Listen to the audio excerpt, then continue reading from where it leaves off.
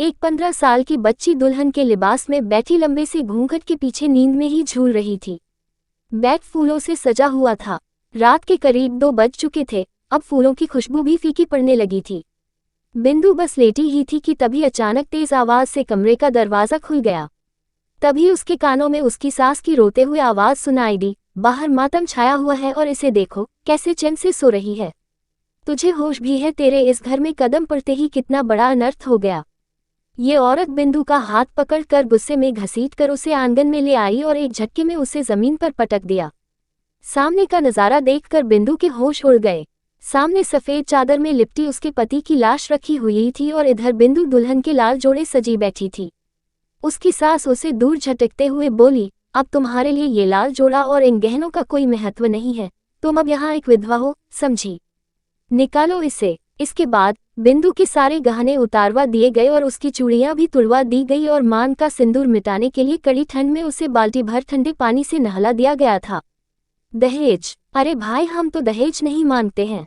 दहेज मांगना तो गलत है, पर आपने अपनी बेटी के लिए कुछ संकल्प तो किया ही होगा। अरे नहीं नहीं, हमें कुछ नहीं चाहिए, बस 1000 बारातियों का स्वागत अच्छे से करिएगा। अरे आप तो अपनी बेटी और दामाद को देंगे जो भी देंगे, हमारे लिए थोड़ी ना है। कुछ समझ आया? ये दहेज मांगने का तरीका है जिसमें सीधे मुंह तो कुछ कहा नहीं जाता है और फिर भी जितना सोचा था उतना मांग ही लिया। दहेज प्रथा खत्म करने को लेकर कई कड़े कानून बनाए गए हैं, कई सारी बातें की गई हैं, लेकिन सही मायने में दहेज प्रथा कितनी विकराल है इसके बारे में सब अनजान बन जाते हैं। देखिए, एक बात जो सीधी सी है वो ये कि अगर कोई दहेज मांग रहा है तो वो गलत कर रहा है।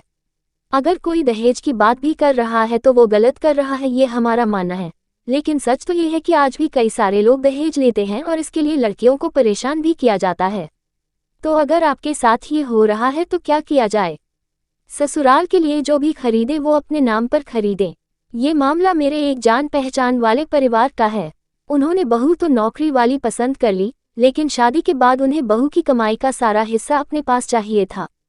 वो बहू से घर की कार खरीदने के लिए पैसे मांगते थे, उससे जेवर खरीदने के लिए पैसे मांगते थे और इस तरह से उसकी पर्सनल सेविंग्स ससुराल के कामकाज में जा रही थी। ऐसे में जब तलाक की नौबत आई तब बहू ये भी नहीं कह पाई कि उसने ससुराल वालों पर इतना खर्च किया है, क्योंकि जो भी सामान उसने खरीदा था वो किसी और के नाम पर था। अगर ऐसा कुछ आपके साथ हो रहा है तो कोशिश करें कि आप सारा सामान अगर खरीद भी रही हैं तो अपने नाम पर ही खरीदें। इस मामले में आपका मालिकाना हक अपने द्वारा खरीदी गई चीजों पर होगा। आपका स्त्रीधन आपका अपना है, उस पर किसी और का कोई हक नहीं है। आपको इस बात का ध्यान रखना होगा कि अगर आप स्त्रीधन ससुराल लेकर जा रही हैं तो कानूनन उस पर आपका ही हक है। उसे लेकर किसी और को देने के बारे में ना सोचें।